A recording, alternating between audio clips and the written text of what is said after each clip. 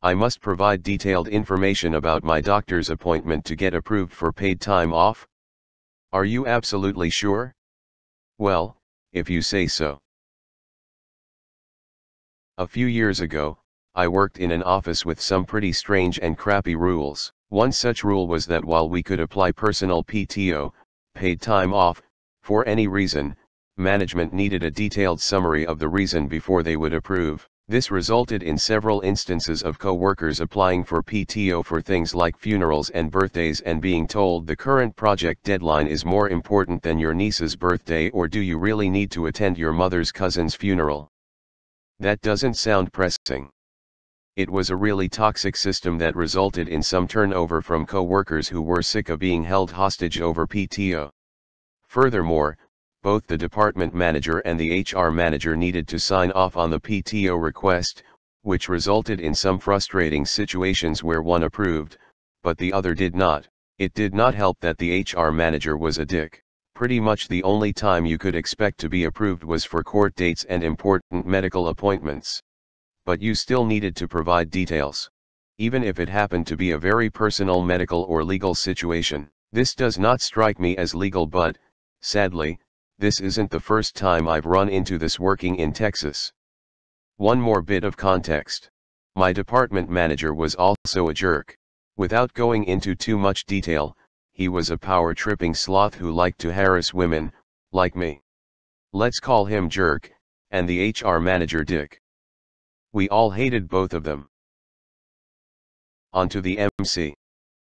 I had an important appointment with my psychiatrist coming up. My meds for anxiety and PTSD were not cutting the mustard anymore, and I was in a bad place mentally. I needed a med adjustment, so I took the soonest appointment available. Work would have to cope with a couple of hours without me. I submitted my PTO request to Jerk and Dick for approval. Given the intensely personal nature of the appointment, I left the details sparse.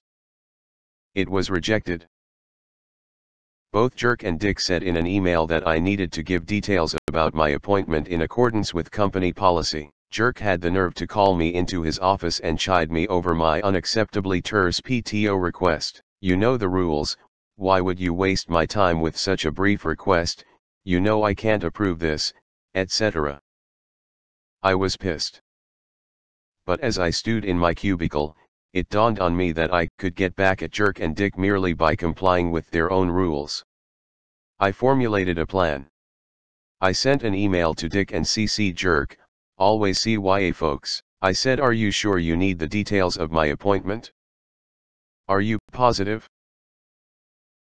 It's really personal." Both Dick and Jerk said, "Yes, we need the details of your PTO circumstances, you know the rules." I replied that it's very private.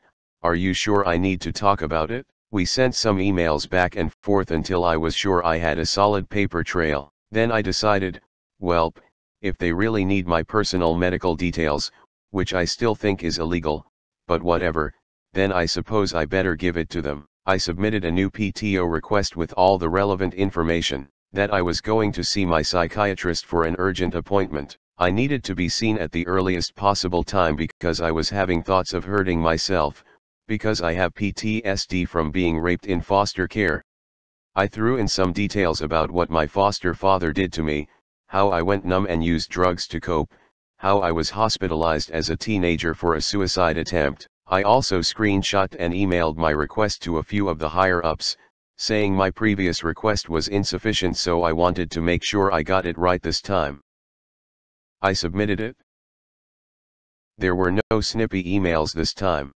Only approved appearing in green text to my request in the system maybe 4 minutes after I submitted it. I blissfully went about my day, happy to have my PTO. Curiously, neither Jerk nor Dick emerged from their offices. The fallout: when I showed up for work at 8 the following day, I was immediately called into the VP's office.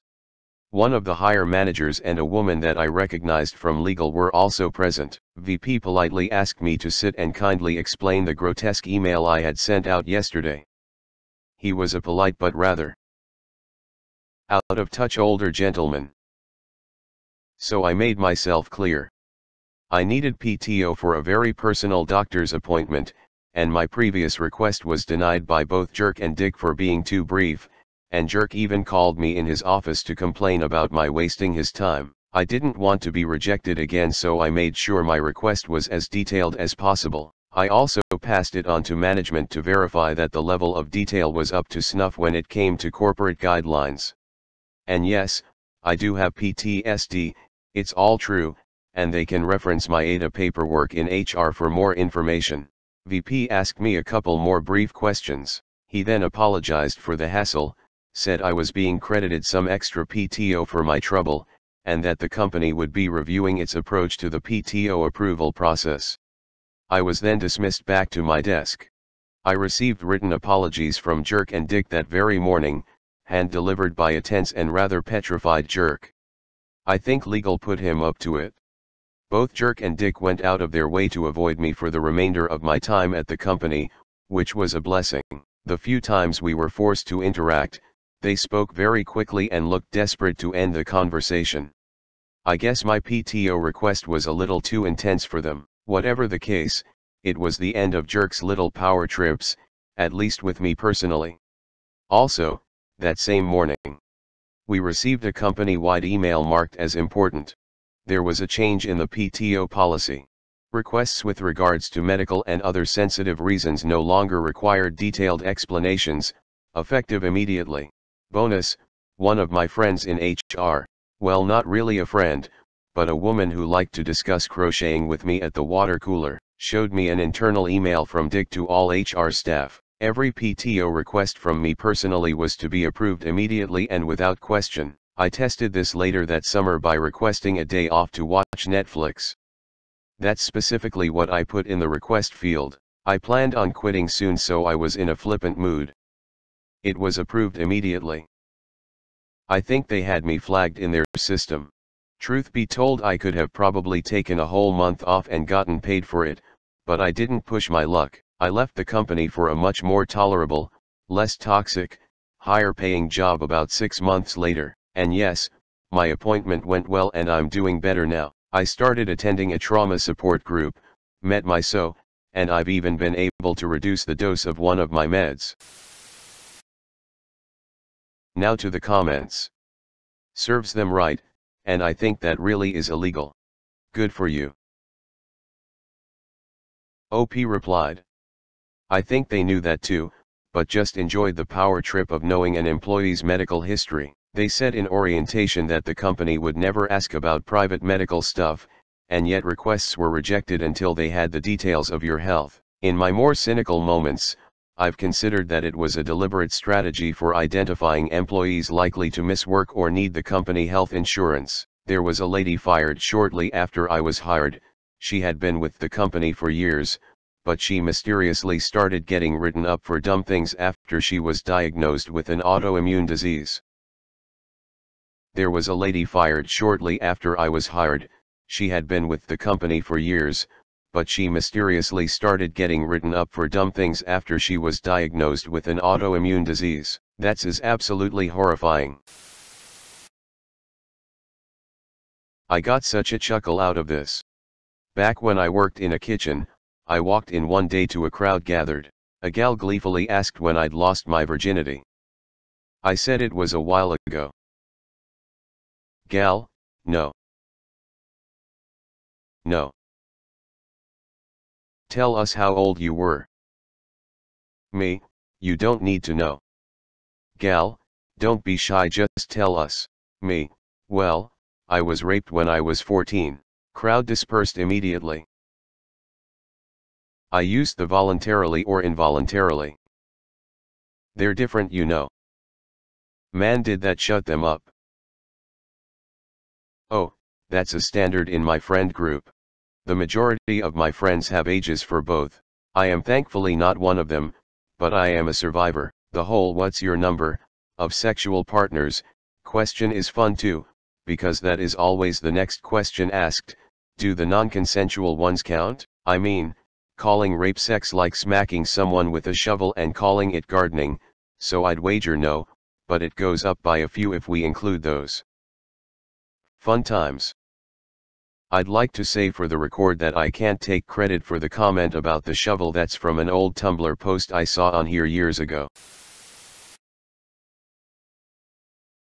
I hate this. I literally have to stop my employees from giving me details because, provided there isn't rampant absenteeism, IDGAF. It's not my business. I trust they have determined with care they need the day off. You're out of the office today. Cool. Thanks for telling me. You'll be back tomorrow? Okay. No. I don't need to know how the flu is treating you or that you're desperately trying to get into the doctors for a note, nor am I telling you right now you have to go to your doctor for a note. Just go take a nap. Stay hydrated. Get off the phone. See you tomorrow. Edit. I hate that employees have been conditioned to expect the fifth degree for wanting to take time off. AM resident. It's always bullshit when a patient comes in saying they need a note for work. Like seriously, these are ducking adults. Maybe just take their word for the fact that they're sick. Don't waste everyone's time making a sick person come into a hospital and infect every other person there. Yeah, it also makes me question the judgment of the people who hired me. If I'm not competent, the duck are you doing? Thankfully my current job is chill. I occasionally get horrible insomnia and just take a sick day to sleep, no questions asked.